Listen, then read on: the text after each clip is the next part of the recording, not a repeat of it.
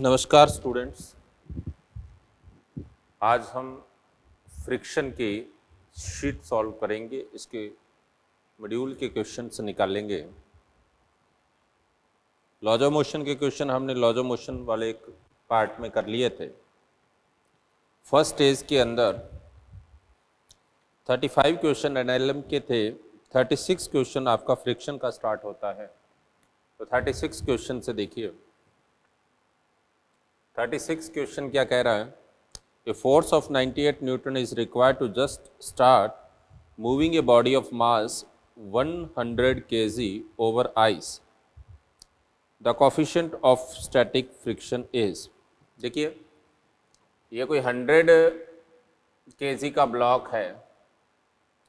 इसको motion start करने के लिए 98 न्यूटन चाहिए। जस्ट मोशन स्टार्ट करने के लिए friction external force limiting friction के जितना होना चाहिए। और लिमिटिंग फ्रिक्शन आपके पास कितना है, म्यू एस, जब म्यू एन होता है, और एन आपके पास क्या है, म्यू एम जी। तो आप लिख सकते हैं F equal to F L. तो आप लिख सकते हैं mu equal to F by M G. तो आपके पास एफ कितना है 98, एम कितना है 100 और ये कितना है 9.8। आप इसे कैंसिल कर सकते हैं, आपके पास कितना आ जाएगा 0.1 आ जाएगा। ओके, इसका आंसर होगा फोर्थ। नेक्स्ट देखिए 37 number question. Two masses A and B of 10 kg and 5 kg respectively are connected with a string passing over a frictionless pulley fixed at the corner of a table as show. Value of coefficient of static friction between A and the table is 0.2. The minimum mass C that may be placed on A to prevent it from moving is। देखिए, ऐसा question आपने किया था, उसका एक example भी किया था, जंजीर वाला, चेन वाला आपने एग्जाम्पल किया था। ये आपके पास कोई ब्लॉक है जिसका मास जो A है, इस पर कोई दूसरा ब्लॉक C रखा हुआ है। इसमें देखिए, ये आपके पास कोई बी ब्लॉक है। तो अगर यहाँ पर कॉफिशिएंट आपके पास म्यू है, तो याद करो आपने क्या पढ़ा था, हैंगिंग मास इसके म्यू टाइम्स मास के बराबर होता है। आप कह सकते हैं एम बी इक्वल टू क्या होगा, म्यू, वहाँ M A plus M C है। दो मास हैं, दोनों का कंबाइंड मास कितना हो गया, M A plus M C. आपके पास वैल्यू दे रखी है, एम बी की वैल्यू आपके पास 5 kg है, म्यू की वैल्यू आपके पास 0.2 है, एम ए आपके पास कितना है 10 है, और एम सी आपको पता करना है। आप इसे सिंप्लीफाई कर सकते हैं, ये कैंसिल किया 10 आया, 10 इधर आएगा तो 25, तो 25 equal to 10 plus M C. तो एम सी आपके पास कितना हो जाएगा, 15 kg आंसर हो जाएगा। ओके, इसका आंसर फर्स्ट आ जाएगा। क्लियर। नेक्स्ट देखिए 38 question. The limiting friction is always greater than the dynamic friction, always less than the dynamic friction, equal to the dynamic friction, sometimes greater and sometimes less than the dynamic friction. देखिए, always greater होता है dynamic friction से, या कभी कभार equal भी होता है, लेकिन उससे कम नहीं होता। मेरी बात क्लियर। तो फोर्थ आंसर में sometime greater sometime less than the dynamic, ये नहीं हो सकता। Equal to the dynamic always equal नहीं होता, समटाइम्स इक्वल हो सकता है जब आपके पास कोएफिशिएंट ऑफ फ्रिक्शन सेम दिया हो। अदरवाइज हम यही लेते हैं कि always greater than the dynamic friction. Dynamic का मतलब काइनेटिक फ्रिक्शन से बात की है। ओके, फर्स्ट आंसर हो जाएगा। 39 नंबर क्वेश्चन देखिए। If A ladder weighing 250 Newton is placed against a smooth vertical wall having coefficient of friction between it and floor is 0.3, then what is the maximum force of friction available at the point of contact between the ladder and the floor is। देखो, maximum force पूछा है उसने। Okay, 39 में देखिए maximum contact force पूछा है। मान लीजिए इस तरह से है, इस पर एक तो नॉर्मल लगेगा और एक ये बाहर को स्लाइड होगी तो अंदर को फ्रिक्शन लगेगा। मैक्सिमम कंटैक्ट के लिए इसकी वैल्यू मैक्सिमम होनी चाहिए। तो आप इस केस में मैक्सिमम फोर्स क्या लिख सकते हैं, F maximum equal to mu N लिख सकते हैं। और n बैलेंस करेगी इसके वेट को। इसका वेट कितना होता है 250 न्यूटन दे रखा है। ओके, तो म्यू आपको कितना दिया है इसका 0.3 इंटू 250, तो आपके पास कितना आ गया 75 आ जाएगा। ओके, तो आपसे मैक्सिमम फ्रिक्शन फोर्स पूछा गया था, वो कितना हो गया 75 न्यूटन। इसका फर्स्ट आंसर आ जाएगा। अगर नेट कंटैक्ट फोर्स पूछ लेता, मैक्सिमम कंटैक्ट पूछ लेता, तो वो इनका रिजल्टेंट हो जाता। उस केस में अगर पूछा नहीं है, अगर पूछ लेता मैक्सिमम कंटैक्ट फोर्स, तो आप क्या लिखते मैक्सिमम फ्रिक्शन का स्क्वायर प्लस n का स्क्वायर। तो आपके पास 75 का स्क्वायर प्लस 250 का, 25 कॉमन ले लेंगे, बाहर आ जाएगा। अंदर क्या बचा 3 का स्क्वायर 9 और 10 का स्क्वायर 100, तो 25√109 न्यूटन आ जाएगा। ओके, नेक्स्ट देखिए 39 के बाद 40 number. A horizontal force of 10 Newton is necessary to just hold a block stationary against a wall. The coefficient of friction between the block and the wall is 0.2. The weight of the block is, देखिए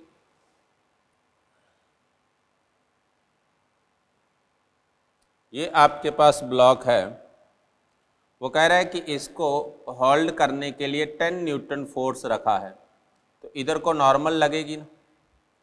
और इसने बताया यहाँ coefficient आपके पास 0.2 है, तो maximum weight के case में ये इक्वल होगा मैक्सिमम फ्रिक्शन के।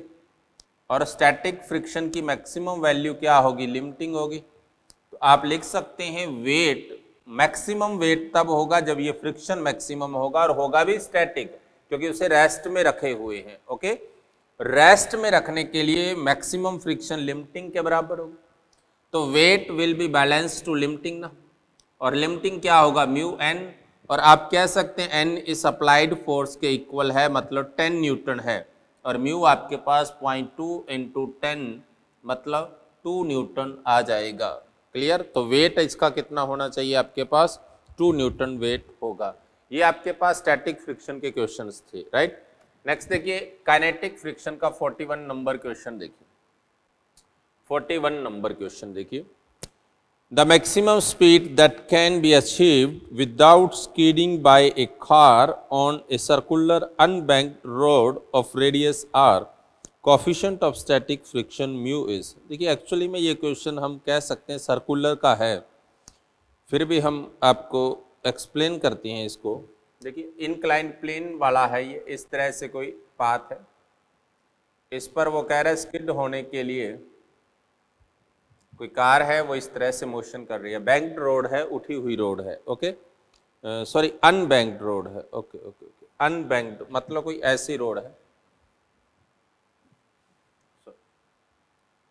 ये कुछ ऐसी रोड है, प्लेन रोड थी, जिसमें ये व्हीकल था जो भी, ये उसका फ्रंट था, वो किसी वेलोसिटी से मूव कर रहा, तो इस पर सेंट्रीपिटल फोर्स अंदर को लगेगा, इसका एक्सेलरेशन किधर होगा अंदर, तो सेंट्रीपिटल फोर्स प्रोवाइड कौन कराएगा, अंदर को लगने वाला स्टैटिक फ्रिक्शन। क्योंकि कार ऐसे मूव कर रही है, ऐसे तो मूव नहीं कर रही है, वो इस तरह से मूव कर रही है, ना कि ऐसे, तो इस डायरेक्शन में क्या है वो स्टैटिक है, तो इधर जो फ्रिक्शन लगेगा उस पर वो क्या होगा स्टैटिक फ्रिक्शन होगा।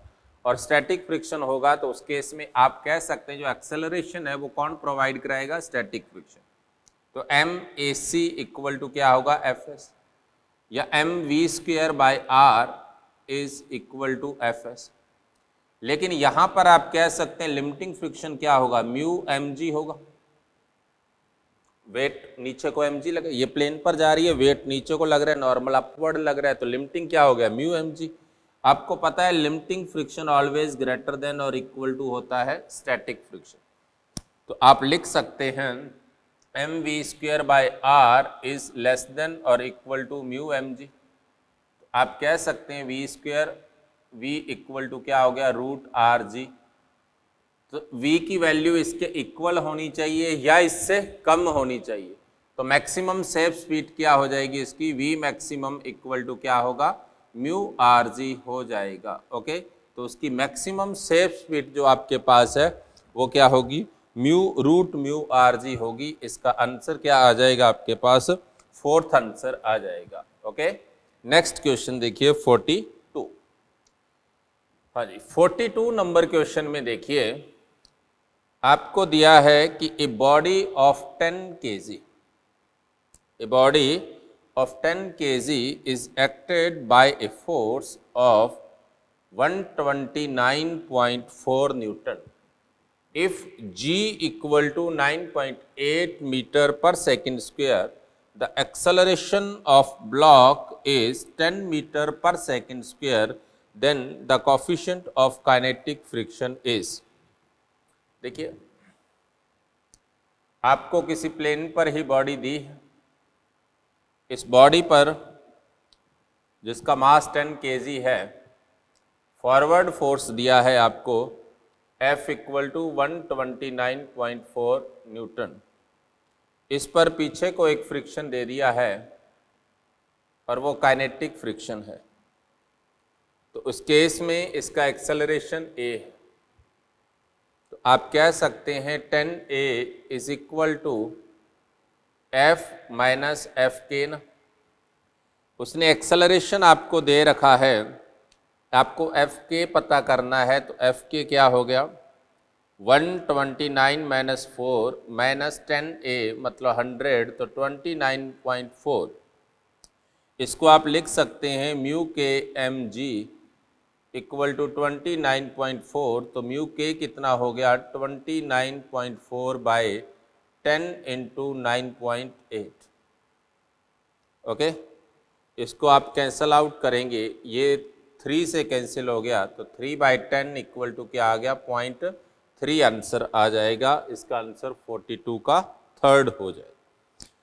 43 देखिए, if mu S mu K mu R are coefficient of static friction, sliding friction and rolling friction. आपको पता है स्टैटिक का सबसे ज़्यादा होता है, काइनेटिक उससे कम होता है और रोलिंग सबसे कम होता है। इसका आंसर आपके पास क्या आ जाएगा थर्ड आ जाएगा। ओके, नेक्स्ट क्वेश्चन देखिए 44 नंबर क्वेश्चन। 44 क्वेश्चन में आपको क्या गिवन है, देखिए 44 में गिवन है कि when a body is placed on a rough plane inclined at an angle theta with horizontal, then its acceleration is। आपको inclined plane पर कोई बॉडी रखी है और उसके लिए एक्सेलरेशन पूछ रहा है, तो काफी सिंपल है। देखिए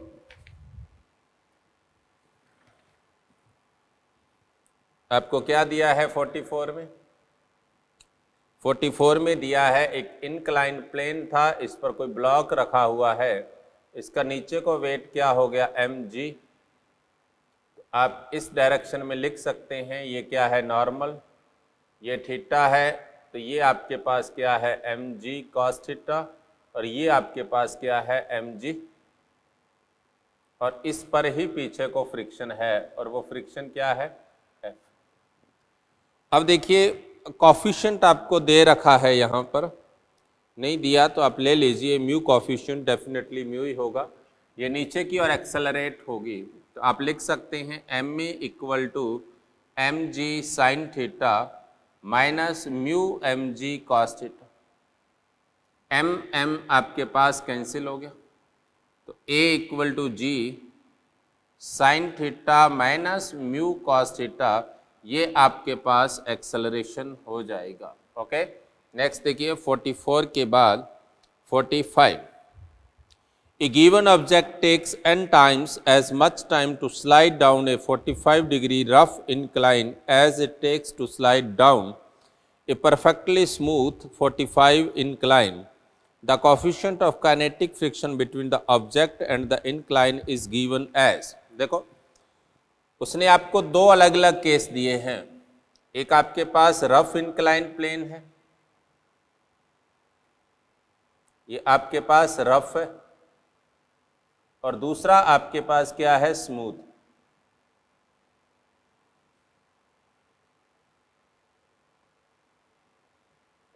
राइट, अब देखिए एक रफ है एक स्मूथ है, तो इस केस में देखिए स्मूथ पर आने में कितना टाइम लगेगा और रफ पर आने में कितना टाइम लगेगा, इन दोनों की हम बात करेंगे। यहाँ से देखिए ये वेट mg है, ये भी वेट mg है, स्मूथ पर केवल एक ही फोर्स लगेगा mg साइन थीटा, और इस पर दो फोर्स होंगे, नीचे को क्या होगा mg sin थीटा और अपवर्ड क्या होगा फ्रिक्शन होगा। मेरी बात क्लियर? यहां पर ये a1 एक्सेलरेशन से आ रहा है, यहां पर ये a2 एक्सेलरेशन से आ रहा है। अगर इंक्लाइंड प्लेन की लेंथ s है, u आपके पास 0 है, तो आप लिखते हैं s equal to ut plus 1/2 at square equal to 1/2 at square. इसका मतलब t की वैल्यू क्या होगी 2s बाय, t की वैल्यू क्या हुई 2s बाय a का s सेम है, तो इसका मतलब आप लिख सकते हैं t directly proportional to root a1, तो आप t1 बाय t2 को क्या लिख सकते हैं रूट a2 बाय, कोई कंफ्यूजन? a2 का जो एक्सेल आपको गिवन क्या है, आपको गिवन है कि जो t1 टाइम है, t1 कहाँ रफ इंक्लाइंड प्लेन पर, वो t2 वाले का n टाइम्स है।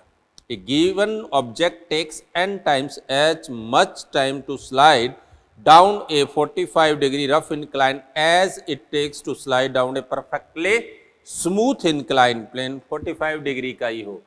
तो आपको गिवन है कि t1 क्या है n t2 है, और a2 आपके पास क्या है g साइन थीटा है, और a1 आपके पास क्या है g sign theta minus mu cos theta. Because इस पर दो फोर्स लगे, यही सेम आ जाएगा जो ऊपर वाले क्वेश्चन में था। तो रफ पर एक्सेलरेशन क्या आएगा g sine minus mu cos theta.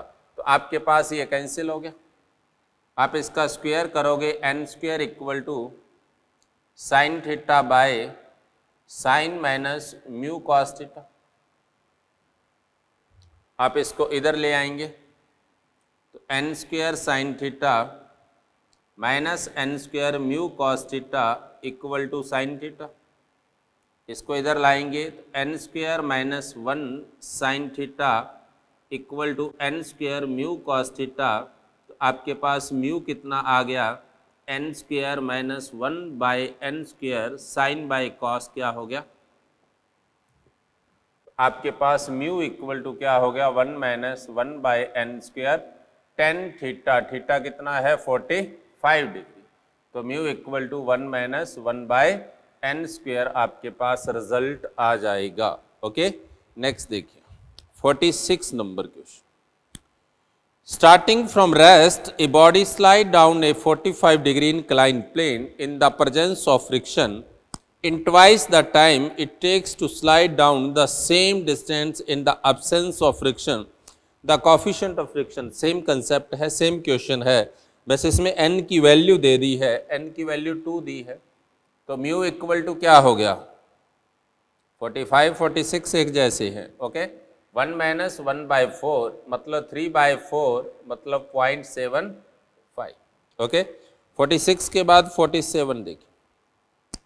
A block is lying on an inclined plane which makes 60 degree with the horizontal. If the coefficient of friction between block and the plane is 0.25 and g equal to 10 meter per second square, then acceleration of the block when it moves along the inclined plane. ये देखिए same आपके पास 44 question है, यहाँ उसने acceleration पूछा है, तो बस इसमें वैल्यू रखनी है आपको a equal to G sine 60 minus mu कितना है 0.1/4 कॉस 60। क्लियर? ये आपके पास रिजल्ट आ जाएगा। g की वैल्यू वो कह रहा है 10 लेना है आपको, √3/2 माइनस 1/, आप इसे सिंप्लीफाई कर लेना, ये आपके पास कितना हो गया 1.732 मतलब 0.866 माइनस 1/8 मतलब आपके पास 0.125। तो आपके पास कितना हो गया 10 इंटू 0.741, तो अप्रॉक्सीमेट 7.41 मीटर पर सेकंड स्क्वायर आ जाएगा। इसका रिजल्ट हो जाएगा, थर्ड आंसर होगा। ओके, नेक्स्ट देखिए 48 नंबर क्वेश्चन। 48 में आपको क्या दिया है देखिए, A body of mass 100 gram is sliding from an inclined plane of inclination 30 degree what is the frictional force experienced if mu equal to इतना। तो फ्रिक्शन फोर्स आपको पता ही है, इनक्लाइंड प्लेन पर फ्रिक्शन क्या होगा, mu M G cos theta. तो mu आपके पास कितना है 1.7, m कितना है 100 ग्राम को मैंने किलोग्राम कर दिया, g की वैल्यू आप 10 ले लीजिए और cos 30 का मतलब √3/2, तो ये कैंसिल हो गया, आपके पास 1.7 इंटू √3/2 ऐसा कोई आंसर हो जाएगा, सेकंड आंसर आ जाएगा। ओके, नेक्स्ट क्वेश्चन देखिए 49 question. An ice cube is kept on an inclined plane of angle 30 degree. The coefficient of kinetic friction between block and inclined plane is 1/√3. What is the acceleration? हमने कल एक question किया था, याद आया हो आपको, ऐसा ही था, तो उसमें एक्सेलरेशन 0 हो जाएगा। ओके, क्योंकि मैं सीधे ही फॉर्मूला रखूंगा A = G sin theta minus mu cos theta. Okay, आपके पास g की वैल्यू आप 10 ले लीजिए, sin 30 क्या होता है 1/2, 1/√3, cos 30 √3/2, ये कैंसिल, तो आपके पास क्या आ जाएगा 0 एक्सेलरेशन आ जाएगा। ओके, नेक्स्ट देखिए 50 number question. A body of 5 kg weight kept on a rough inclined plane and of angle 30 degree starts sliding with a constant velocity, then the coefficient of friction. When body move with the constant velocity, then upward force will be equal to downward force. On inclined plane, a body is moving with a constant velocity. It means acceleration is 0. Acceleration is 0. It means downward force, which is mg sin theta, and upward force, which is friction, both are equal to each other. Okay. और friction क्या होगा, यहाँ पर friction होगा आपके पास mu M G cos theta. तो इसका मतलब आप कह सकते हैं M G sine theta is equal to mu M G cos theta. M G sine theta is equal to mu M G cos theta. तो mu is equal to 10 theta, theta is 30 degree, तो it means 1/√3। देखा जाए यही question वापिस repeat हो गया है। Okay, 50 के बाद देखिए नेक्स्ट स्टेज सेकंड स्टेज के अंदर आपने एनएलएम के क्वेश्चंस किए थे, आपने 20 क्वेश्चन तक किए थे, ये सारे एनएलएम के थे। हम 21 से आगे के क्वेश्चन देखेंगे जो फ्रिक्शन से रिलेटेड होंगे। ओके, हम स्टेज सेकंड की बात कर रहे हैं। तो स्टेज सेकंड में 21 क्वेश्चन देखिए क्या है। 21 क्वेश्चन में उसने कहा है कि a uniform metal chain is placed on a rough horizontal table. आपको मैंने एक चेन वाला क्वेश्चन बताया था, जब कोई बॉडी एक हैंगिंग हो, दूसरी ऊपर रखी हो, उस केस टेबल के ऊपर हो, एक बॉडी नीचे हैंगिंग हो। अभी अपने क्वेश्चन भी किया था ABC 3 ब्लॉक वाला, वो सेम कंसेप्ट यहाँ लगेगा, ऐसा अपन ने एक क्वेश्चन किया भी था। स्टेज सेकंड है। इसने क्या बोला है कि uniform metal chain is placed on a rough table such that one end of the chain hangs down over the edge of the table. When 1/3 of its length hangs over the edge, the chain starts sliding, then the coefficient of static friction is. आपके पास ये कोई एक table है, यहाँ पर कोई chain है और इसका 1/3 पार्ट हैंगिंग है। आपने पढ़ा था व्हेन L पार्ट हैंगिंग, तो मैं इसको कंप्लीटली पूरा बता दूं, ये क्या था L/3 था और ये आपके पास 2L/3 हो जाएगा, जिससे इसका मास आपके पास 2m/3 हो जाएगा और इसका मास क्या होगा m/3। हमने आपको बताया था हैंगिंग मास जो होता है, हैंगिंग मास कितना है m/3 is equal to mu, जो ऊपर मास है 2m/3, तो म्यू इक्वल टू आपके पास क्या आएगा 1/2 आ जाएगा। ओके, 21 का आपके पास फोर्थ आंसर। सिंपल कंसेप्ट है, hanging mass equal to mu into placed mass on the table. Okay, 1/3 length hanging है तो कितना मास हैंगिंग है 1/3 और ऊपर कितना है 2m/3 तो m/3 equal to mu into 2m/3 okay. Next देखिए which of the following statement is not true. The coefficient first statement है the coefficient of friction between two surface increases at the surface in contact are made rough. सही कह रहा है, जैसे ही उनका rough surface है उसको आप ज़्यादा उसका रफनेस बढ़ाओगे फ्रिक्शन कोफिशिएंट भी बढ़ जाएगा।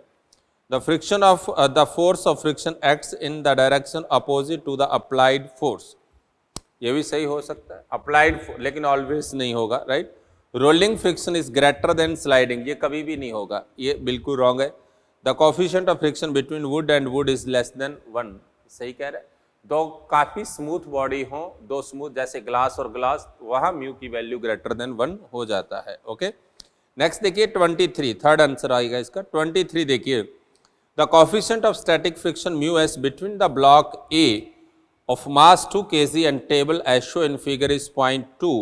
What is the maximum mass value of block B so that the two blocks do not move? The string and pulley are assumed to be smooth and mass. वही same कहानी जो अभी पड़ी है, ये सेम कंसेप्ट आ गया है आपके पास। ये यहाँ पड़ा हुआ मास है और ये हैंगिंग मास, राइट। आप कह सकते हैं कि यहाँ का जो मास है, ऊपर वाला मास जो MA है और ये B है, इनके अंदर क्या रिलेशन होता है अभी पढ़ा है, यही same. Hanging mass equal to क्या होता है mu times of placed mass. Hanging mass की वैल्यू पूछ रहा है, म्यू की वैल्यू आपके पास 0.2 है, MA आपके पास 2 है, तो कितना हो गया 0.4 kg हो जाएगा, ओके। नेक्स्ट देखिए 23 के बाद 24 देखिए। 24 देखिए when two surfaces are coated with a lubricant then they stick to each other, slide upon each other, roll upon each other and none of these। तो वो स्लाइड करेंगे एक दूसरे पर क्योंकि उस केस में फ्रिक्शन उनका कम कर दिया जाएगा, राइट। नेक्स्ट देखिए 25 a block of mass 2 kg is kept on the floor, the coefficient of static friction is 0.4 if the force F of 2.5 Newton is applied on the block as shown in figure, the frictional force between the block and the floor is। देखो काफ़ी easy सवाल है, आपने इधर को force लगाया, friction इधर लगेगा।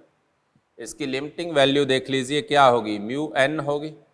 म्यू आपको 0.4 दिया है, एन आपके पास 20 है, तो कितना आ गया 8 न्यूटन आ जाएगा। अप्लाइड फोर्स आपके पास कितना है 2.5 जो एक्सटर्नल का काम कर रहा है। आप कह सकते हैं F is less then limiting, तो फ्रिक्शन क्या होगा स्टैटिक, और स्टैटिक ऑलवेज अप्लाइड के बराबर होगा जो कितना है 2.5 न्यूटन। आंसर क्या हो जाएगा फर्स्ट हो जाएगा, ओके। ये आपके पास 25 क्वेश्चन।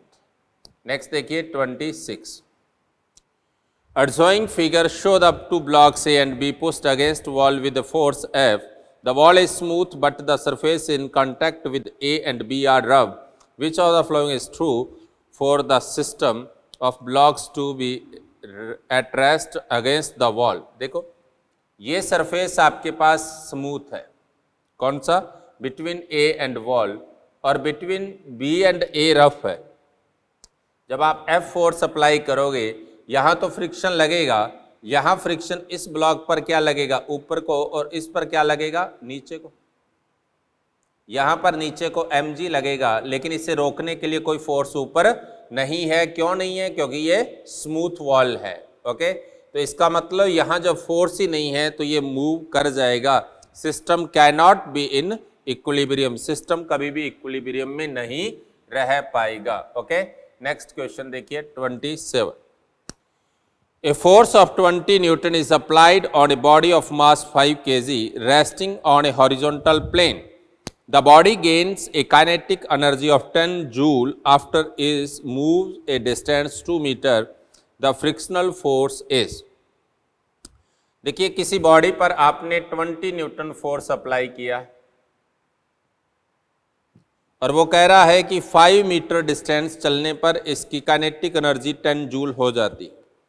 वैसे तो काफ़ी सिंपल क्वेश्चन है, अपन लिख सकते हैं work done equal to change in kinetic energy. खैर हम ये अगले चैप्टर में कंसेप्ट पढ़ेंगे, हम इसे इसके बिना भी कर सकते हैं, इसके साथ भी कर, ये इजी कंसेप्ट है। लेकिन यहाँ पर अगर हम देखें तो पीछे को फ्रिक्शन लगा, आगे को एक्सेलरेशन। एस डिस्टेंस चलने पर इसकी वेलोसिटी क्या होगी वो पता कर लेंगे। काइनेटिक एनर्जी इसकी 1/2 mv² इक्वल टू 10 जूल हो गई है। आपके पास इसका मास 5 kg दिया है, तो v² equal to 2 into 10/5 equal to 4, तो v की वैल्यू क्या है 2 मीटर पर सेकेंड। एस डिस्टेंस चलने पर वेलोसिटी क्या होती है, v² equal to u² plus 2as के according a equal to v²/2s, क्योंकि u की वैल्यू 0 है, बॉडी रेस्ट से स्टार्ट हो रही है। अब देखिए उसने v की वैल्यू आपको पता है 2 इंटू 2/2 इंटू एस। एस कितना है 2 मीटर डिस्टेंस चलने पर, इसका मतलब 1 मीटर पर सेकेंड स्क्वायर आ जाएगा। अब इस बॉडी से जब आप एक्सेलरेशन देखते हैं तो mass into acceleration F minus F लिखते हैं, जिससे फ्रिक्शन क्या हो गया F माइनस एम में हो जाएगा। अप्लाइड फोर्स आपके पास क्या है 20 माइनस मास आपके पास क्या दिया है इसने, मास आपके पास दिया है 5 kg, एक्सेलरेशन 1, तो इसका मतलब ये 15 हो गया। आप फ्रिक्शन को क्या लिख सकते हैं म्यू mg इक्वल टू 15, तो म्यू आपसे पूछा था तो 15/m, m कितना है 5 और g वो कह रहा है, नहीं कहा आप 10 ले लीजिए। ओके सॉरी, इसने फ्रिक्शनल फोर्स ही पूछा था, तो फ्रिक्शनल फोर्स आपके पास क्या आ जाएगा 15 न्यूटन आ जाएगा। मेरी बात क्लियर। लेकिन अगर आपको इस मेथड को अप्लाई नहीं करना तो आप डायरेक्ट इसको भी अप्लाई कर सकते हैं, जो हम नेक्स्ट चैप्टर में पढ़ेंगे। Work done equal to change in kinetic, work done F का होगा और वर्क डन फ्रिक्शन का होगा, और काइनेटिक एनर्जी में change final minus work done by F into S होगा माइनस Fs होगा, क्योंकि फ्रिक्शन बैकवर्ड है, डिस्प्लेसमेंट S दे रखा है, और काइनेटिक एनर्जी उसने क्वेश्चन में दी है आपको कितनी है 10 जूल है। आप लिख सकते हैं F minus F equal to 10/s, और S उसने कितना दिया है 2 मीटर दिया है, तो कितना हो गया 5 न्यूटन। तो F आपके पास F माइनस 5 हो जाएगा, तो 20 माइनस 5 इक्वल टू 15 न्यूटन आ जाएगा। आप इस मेथड से भी कर सकते हैं। ओके जब आप फर्दर और स्टडी करोगे, वर्क एनर्जी थ्योरम आप पढ़ लोगे, वर्क एनर्जी पावर पढ़ लोगे, तब आप इस क्वेश्चन को इस मेथड से भी कर सकते हो। ओके नेक्स्ट देखिए 28 क्वेश्चन। 28 क्वेश्चन कहता है consider a car moving along a straight horizontal road with A speed of 72 kilometre per hour. If the coefficient of kinetic friction between the tires and the road is 0.5, the shortest distance in which the can be stopped is। देखो simple सा question है, जब body किसी velocity v0 से जा रही है, friction पीछे को लगेगा जिसे आप म्यू mg कहते हैं, जिसके कारण पीछे को रिटार्डेशन क्या आएगा म्यू g आ जाएगा। स्टॉपिंग डिस्टेंस आप पढ़ते हैं क्या होगा v0²/2a हो जाएगी। तो आपको स्टॉपिंग डिस्टेंस पता करना है। v0 आपके पास 72 किलोमीटर पर आवर था, तो इसे आपने कैंसिल कर दिया, तो 20 मीटर पर सेकंड हो जाएगा। तो आपके पास 20 इंटू 20/2 इंटू ए आपको पता करना है। ए आप क्या लिखोगे यहाँ से म्यू जी, म्यू कितना है 0.5 और जी कितना ले लीजिए 10, ये 1 हो गया, ये कैंसिल हो जाएगा, तो आपके पास रिजल्ट क्या आ जाएगा 40 मीटर आ जाएगा। ओके सेकंड आंसर हो जाएगा। नेक्स्ट देखिए 29 नंबर क्वेश्चन देखिए। 29 में देखिए आपको दिया है a marble block of mass 2 kg lying on ice when given a velocity 6 meter per second, stopped by friction is 10 second, then the coefficient of friction।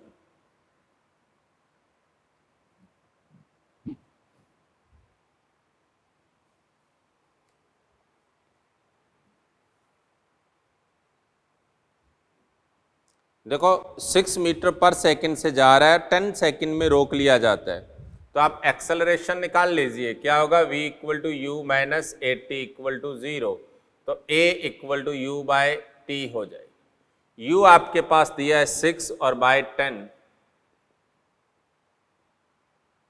और ये a होता क्या है, म्यू जी के बराबर होता है, अभी पढ़ा था, क्या होगा, म्यू जी इक्वल टू क्या दे रखा है आपको 0.6, तो म्यू इक्वल टू 0.6 बाय 10 कितना हो जाएगा, 0.06 हो जाएगा। इसका आंसर क्या आएगा, 4th आ जाएगा। नेक्स्ट देखिए 30 number question. A block of mass 5 kg resting on a rough horizontal surface for which the coefficient of friction is 0.2, when a force 40 Newton is applied, the acceleration of the block will be। देखिए ये कोई block है, इस पर कोई force F apply किया है 40 Newton, इसका हॉरिजॉन्टल कंपोनेंट 30 है, तो ये कितना आ गया 40 cos 30, cos 30 का मतलब √3/2, जिसे आप लिखेंगे 20√3। इधर क्या है 40 sin 30, जिसे आप लिखते हैं 20 न्यूटन, और नॉर्मल रिएक्शन n, और नीचे को क्या है 15, तो नॉर्मल रिएक्शन क्या हो गया 50 माइनस 20 इक्वल टू 30 न्यूटन हो जाएगा। आप यहाँ से लिमिटिंग फ्रिक्शन की बात करें तो फ्रिक्शन यहाँ से क्या हो गया, म्यू n हो जाएगा। म्यू कितना है आपके पास, क्वेश्चन में गिवन है कितना 0.2 इंटू 30 इक्वल टू क्या हो गया 6 न्यूटन। अब आपके पास इसका एक्सेलरेशन पता करना है, फ्रिक्शन बैकवर्ड है, तो आप क्या लिख सकते हो 5a इक्वल टू 20√3 माइनस 6, तो 20 इंटू 1.73 माइनस 6, तो ये कितना हो गया 0, 6, 4 और 3, मतलब 28.6, तो a कितना हो गया 28.6 बाई 5, तो 5 पॉइंट समथिंग आ जाएगा, तो 5.73 मीटर पर सेकंड स्क्वायर आ जाए, जो भी आए, राइट। अगर मान लो कुछ 525, 3, 6, 7 लगभग यही आ जाएगा। नेक्स्ट देखिए 31 फिर से वही क्वेश्चन आ गया जो पहले आया था, टाइम पूछ रहा है कब वो रुकेगा, तो वही v टाइम क्या होगा, इनिशियल वेलोसिटी बाय a, और a क्या है म्यू g। ओके, नेक्स्ट देखिए 32। The back side of A truck is open, A box is 40 kg is placed 5 meter away. The coefficient of friction of the box with the surface of the truck is 0.15. The truck start from rest with a 2 meter per second square acceleration. Calculate the distance covered by the truck when the box fall off. कल बताया था मैंने आपको, same question है, NCERT का question है, आप खुद निकाल लेना, निकल जाएगा। 33 देखिए। The blocks 4 kg and 2 kg are sliding down an inclined plane as shown in figure. The acceleration of 2 kg block, आपको 2 kg ब्लॉक का पूछा है, दोनों कांटेक्ट में रहेंगे, एक साथ आएंगे, उन दोनों का फ्रिक्शन चेक कर लेना, एक्सेलरेशन पता लग जाएगा, दोनों का एक्सेलरेशन आपके पास आ जाएगा। देखो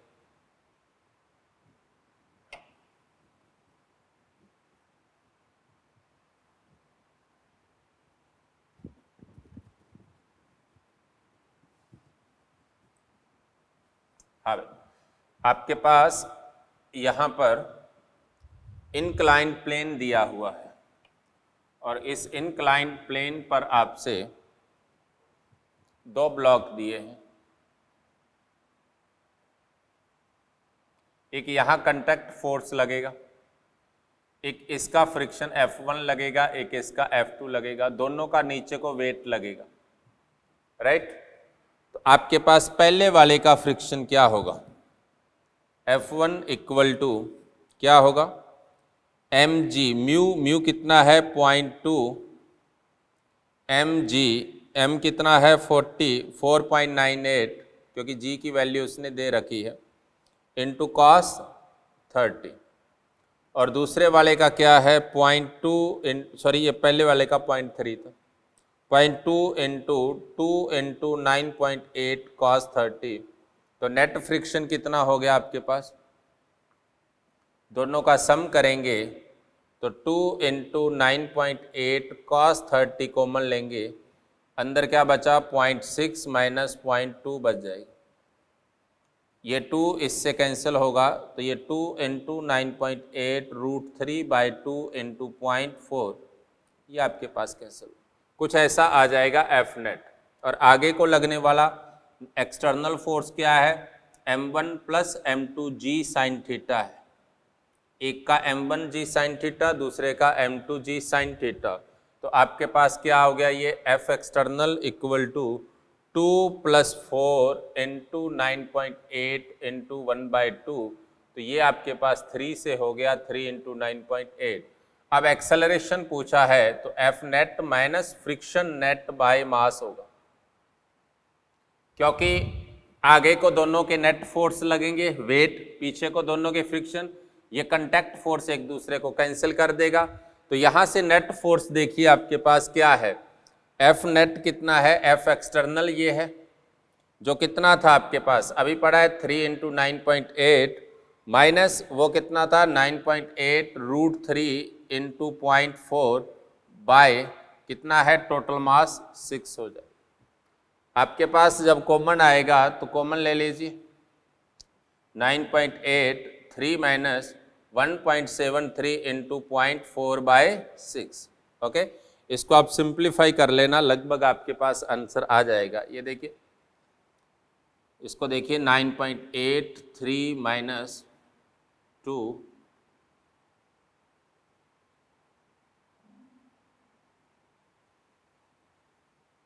ये आ गया।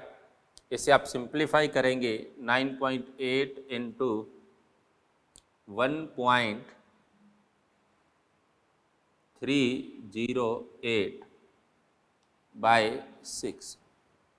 ओके, ये अप्रॉक्सीमेट 0.2 आ जाएगा, तो 0.2 से ये लगभग 2 पॉइंट समथिंग आ जाएगा, 2.66 मीटर पर सेकेंड स्क्वायर हो जाएगा। ओके, नेक्स्ट देखिए 34 number question. A block is rest on inclined plane making an angle alpha with the horizontal. As the angle alpha of the incline is increased, the block starts slipping. When the angle of inclination becomes theta, the coefficient of static friction between the block and the surface of the inclined plane is, or a body starts sliding down at angle theta to the horizontal, the coefficient of friction, देखिए angle of repose की बात कर रहा है। Okay, angle of repose क्या होता है, inclined angle का, इंक्लाइनेशन का वो एंगल जिस पर body start the motion on inclined plane from rest. Okay, उसे हम एंगल ऑफ इंक्लाइनेशन कहेंगे। तो एंगल ऑफ इंक्लाइनेशन आपके पास पूछा है, वो tan theta equal to mu होता है। म्यू की वैल्यू क्या आ जाएगी, tan थीटा, थर्ड आंसर आ जाएगा। ओके, नेक्स्ट देखिए, नेक्स्ट इसके बाद लॉज ऑफ मोशन के क्वेश्चन हैं ये सारे। ये क्वेश्चन देखिए 36, देखिए 35 नॉर्मल क्वेश्चन था, कर लिया है, आपको करवाया गया है। 36 क्वेश्चन फिर से फ्रिक्शन का है। देखिए, the coefficient of friction between a body and the surface of inclined plane at 45 is 0.5 if g equal to इतना, द एक्सेलरेशन ऑफ बॉडी, आपने पढ़ा है, काफ़ी बार आ गया, एक ही फॉर्मूला है, sin 45 माइनस म्यू cos 45। तो g की वैल्यू वो कह रहा है 9.8 ही लेनी है बाय √2 1 माइनस, और ये वैल्यू आपके पास 0.5 है, तो फाइनली आपके पास 4.9 बाय √2 रिजल्ट आ जाएगा। ओके, नेक्स्ट देखिए 37। A box is placed on an inclined plane and has to be pushed down, the angle of inclination is, देखो एंगल ऑफ इंक्लाइनेशन क्या होगा, लेस देन हो जाएगा किससे, एंगल ऑफ रिपोज से। ओके, ज़्यादा होगा तो वो मोशन कर जाएगा, राइट। नेक्स्ट देखिए, a brick of mass 2 kg begin to slide down on inclined plane 45 degree, the frictional the force of friction will be, वो कह रहा है स्लाइड करना स्टार्ट करता है, और जब स्लाइड करना स्टार्ट करेगा उस केस में फ्रिक्शन उसके एक्सटर्नल के बराबर होगा, जो क्या है mg sin थीटा है। ओके, तो उस केस में m2 इंटू 9.8 इंटू साइन जो भी एंगल दिया है 45 डिग्री। ओके, इसका फर्स्ट आंसर आ जाएगा। 39 देखिए, a block rest on a rough inclined plane making an angle 30 degree with the horizontal, the coefficient of static friction between the block and the plane is 0.8.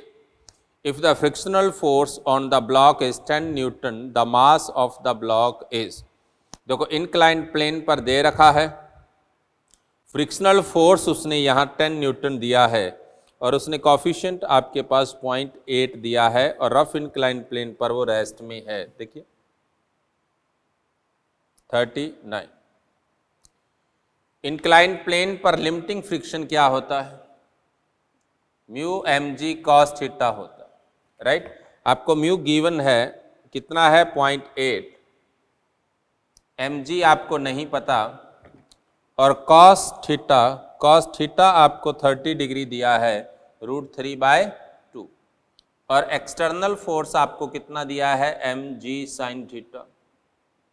M G नहीं पता और ये कितना है? /2। Okay, ये एम जी /2 है, ये भी एम जी /2। यहाँ 0.8 इंटू √3 है विच इज ग्रेटर देन 1। तो आप कह सकते हो यहाँ पर लिमिटिंग ग्रेटर देन है किससे? एक्सटर्नल से। इसका मतलब फ्रिक्शन एक्सटर्नल के बराबर होगा। और एक्सटर्नल क्या है आपके पास? mg/2। ये आपको 10 दिया है, m पता करना है, g भी 10/2। तो आपके पास m इक्वल टू क्या हो जाएगा? 2 kg हो जाएगा। यहाँ से पता कर लीजिए, ये क्या है? mg/2 इंटू 0.8 √3 है, तो 1.7 इंटू 0.8, तो 1 से ग्रेटर है। इसका मतलब लिमिटिंग एक्सटर्नल से बड़ा है तो फ्रिक्शन स्टैटिक होगा। और स्टैटिक जो फ्रिक्शन है आपके पास, ये फ्रिक्शन स्टैटिक होगा जो एक्सटर्नल के बराबर होता है और वो गिवन है, कितना गिवन है? 10 न्यूटन। नेक्स्ट देखिए 14। A coin of mass 10 gram is placed over a book of length 50 centimetre. The coin is on the verge of sliding when one end of the book is lifted 10 centimetre up. देखो वो कह रहे हैं ये आपके पास book थी 50 centimetre, इसको उठा दिया है, इस पर कॉइन था तो ये ऐसे आ गई, ये 50 सेंटीमीटर लंबी, इस वाले एंड को 10 सेंटीमीटर उठा दिया है। तो ये कॉइन जो है ये स्टार्ट करना शुरू करता है, तो उस केस में म्यू इक्वल टू क्या होगा? 10 थीटा। आपने इसे निकाल लेना है।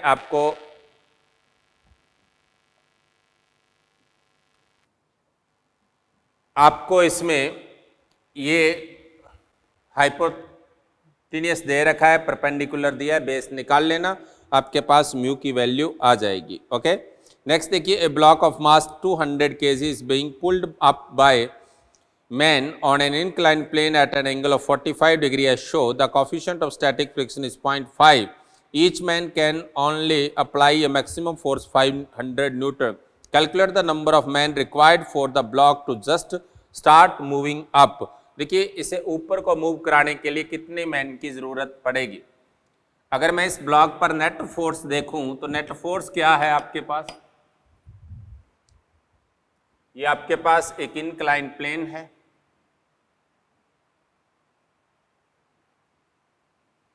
इस पर नीचे की ओर फोर्स क्या लग रहा है? mg sine theta.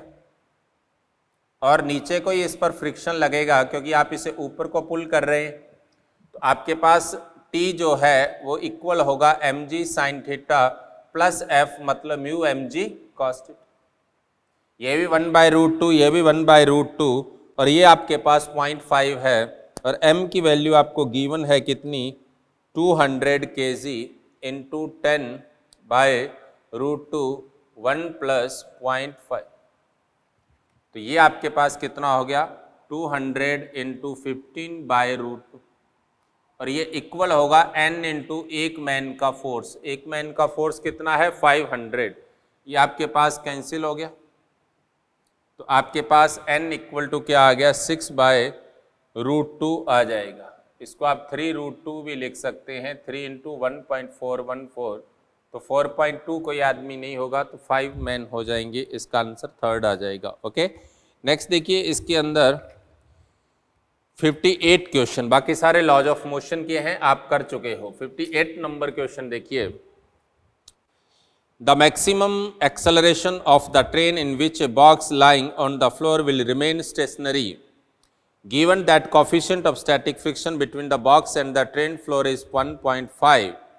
तो आपको यहाँ पर मैक्सिमम एक्सेलरेशन पूछा है।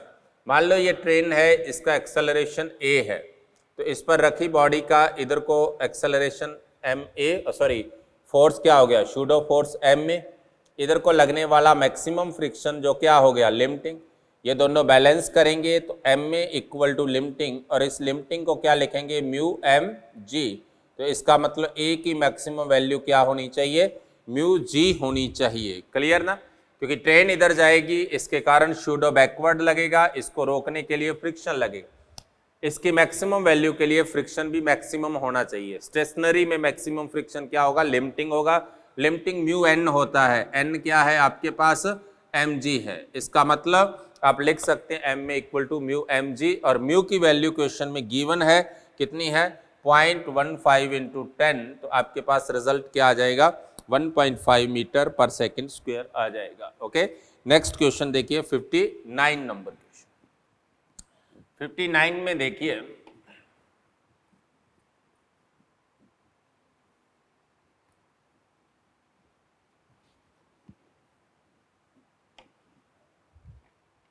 में आपको एक इनक्लाइन प्लेन दिया है। क्या है, a block of weight 100 newton rest on a frictionless surface. ये क्वेश्चन फ्रिक्शनलेस सरफेस का है, ये हो जाना चाहिए।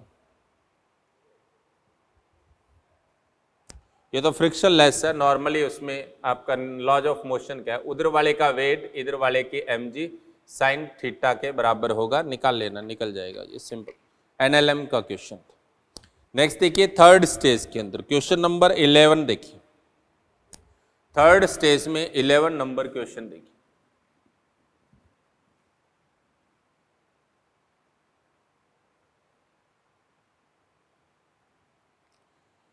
A circular disc with a groove along its diameter is placed horizontally. A block of mass 1 kg is placed as shown. The coefficient of friction between the block and all surfaces of groove is 2.2/5. The disc has an acceleration 25 meter per second. Find the acceleration of block with respect to disc. देखिए इस तरह से ये एक disc है, और इसमें इस तरह से एक डायमीटर के अलॉन्ग ग्रूव दिया। देखो ये डिस्क है और ये ग्रूव दिया। अब यहाँ ब्लॉक रखेंगे तो उस पर वेट किधर लगेगा, नीचे, नॉर्मल किधर लगेगा, ऊपर। नीचे वाले सरफेस पर जो फ्रिक्शन लगना है, जब इधर को ये एक्सेलरेट होगा तो उस केस में इस ब्लॉक पर इधर को एक शूडो फोर्स लगेगा जो उसे इधर ले आएगा। यहाँ दो फ्रिक्शन लगेंगे, गौर से देखिए, एक तो नीचे वाले सरफेस पर लगेगा F1 और एक साइड वाले सरफेस पर लगेगा F2। ऐसे है, ऐसे झिरी बनी हुई है, उसमें इस तरह से है, एक तो साइड वाले के कारण, एक उसके नीचे के सरफेस। नीचे वाले सरफेस के लिए नॉर्मल क्या होगी, ऊपर को, और नीचे को बैलेंस कौन करेगा, वेट। तो आप लिख सकते हैं N1 इक्वल टू क्या होगा आपके पास, N1 इक्वल टू mg होगा, जिससे F1 equal to mu mg होगा। म्यू आपको दे रखा है, कितना दिया है, 2/5, और m आपको दिया है 1 kg, g कितना है 10, तो ये 4 मीटर पर सेकेंड स्क्वायर, सॉरी 4 न्यूटन होगा। अब देखो यहां पर देखो, इसके कारण नॉर्मल इधर को लगेगी, नॉर्मल इस डायरेक्शन में लगेगी। अब ये हॉरिजॉन्टल एक्सेलरेशन था। अब यहां से देखें, अगर अपन इस मोशन का एनालिसिस करें, ये एंगल थीटा है तो ये भी क्या होगा, थीटा होगा। अगर ये थीटा है तो ये m में कॉस थीटा होगा, और ये आपके पास क्या है, m में साइन थीटा। ये बैलेंस करेगा इस नॉर्मल को जो N2 है। तो आप लिख सकते हैं N2, N1 को नहीं दिखा सकते, वो अपवर्ड थी और वेट नीचे को। N2 आपके पास कितना है, m में साइन थीटा है, right, m a sine theta. इसमें एक गड़बड़ है, इसमें 4/5 और 3/5 दे रखा है। चलो अभी देखते हैं, ये साइन थीटा को आप 3/5 ले लीजिए, तो m आपके पास 1 × 25 × 3/5, तो ये आपके पास कितना हो गया, 15 न्यूटन हो जाए।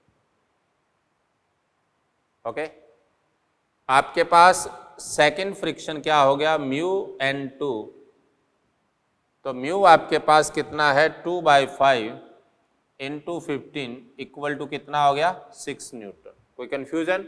अब देखो इस क्वेश्चन में करेक्शन है, साइन थीटा की वैल्यू 3/5 है और कॉस थीटा की वैल्यू दोनों ही 4/5 लिख दी है मिस्टेकली, तो वो 4/5 है, सही कर लेना इसको। आपके पास क्या है, यहां से देखो एक्सेलरेशन a था, इसके कारण जो एक्सटर्नल का काम कर रहा था वो कौन कर रहा था, m a cos थीटा। तो आप लिख सकते हैं 1 × 25 × 4/5, तो ये आपके पास कितना है 20 न्यूटन। अब ब्लॉक का इधर को एक्सेलरेशन a0 आप क्या लिखोगे, ma0 equal to f external minus f1 plus f2 backward force. ये कितना है 1 × a0 एक्सटर्नल कितना है 20 माइनस f1 प्लस f2 कितना हो गया 6 + 4 हो गया, तो आपके पास 10 मीटर पर सेकेंड स्क्वायर रिजल्ट आ जाएगा। ओके, तो इसका आंसर फर्स्ट आ जाएगा। 12th क्वेश्चन मैंने आपसे डिस्कस कर लिया था पहले। नेक्स्ट देखिए 13th number question. In the figure, a block of weight 10 Newton is resting on a horizontal surface. The coefficient of static friction between the block and the surface is 0.4. A force of 3.5 Newton will keep the block in uniform motion. Once it has set in motion, a horizontal force 3 Newton is applied. देखो वो कह रहा है कि किसी block पर 3.5 Newton force लगाने पर वो यूनिफॉर्म मोशन से मूव करने लगता है। इसका मतलब उसका लिमिटिंग फ्रिक्शन किसके बराबर है 3.5 के। लेकिन जब आप 3 न्यूटन अप्लाई करोगे, उससे कम फोर्स लगाओगे तो बॉडी मूव नहीं होगी। इसका मतलब इसका आंसर क्या आ जाएगा आपके पास, थर्ड आ जाएगा। ओके, नेक्स्ट देखिए 15th क्वेश्चन हम करा चुके हैं, चेन वाला है, सिंपल क्वेश्चन है, खुद से करना। 16 नंबर क्वेश्चन देखिए, ये कोई ब्लॉक था आपके पास, इस ब्लॉक पर उसने एक फोर्स लगाया है कुछ इस डायरेक्शन में जो हॉरिजॉन्टल से 60 डिग्री पर। इस फोर्स की मैक्सिमम वैल्यू कह रहा है कि ये मूव ना हो, तो ये आपके पास F cos 60 है, ये आपके पास क्या है F sin 60, और ये आपके पास mg है, ये ऊपर को नॉर्मल n है। तो आप n इक्वल टू लिख सकते हैं mg प्लस F sin 60। तो इसके कारण लगने वाला मैक्सिमम फ्रिक्शन लिमिटिंग कितना हो गया आपके पास, म्यू n हो जाएगा। म्यू कितना है आपके पास, म्यू दे रखा है आपको 1/2√3 और m कितना है √3 × 10 f × √3/2, तो √3 कैंसिल हो जाएगा, 2 को अपन बाहर निकाल लेंगे। f लिमिटिंग इक्वल टू क्या हो गया 1/4 प्लस 20 प्लस f हो जाए। अब एक्सटर्नल का काम कौन कर रहा है f/2, तो ये इक्वल होने चाहिए, तो आप लिख सकते हैं f/2 equal to 1/4 20 plus f, इसको इधर लाएंगे 2f equal to 20 plus f, तो f इक्वल टू आपके पास क्या आ जाएगा 20 न्यूटन आ जाएगा। ओके, नेक्स्ट देखिए, नेक्स्ट अपन कल करेंगे। ओके, तो आज के लिए हम केवल इतना ही करेंगे। Okay, thank you.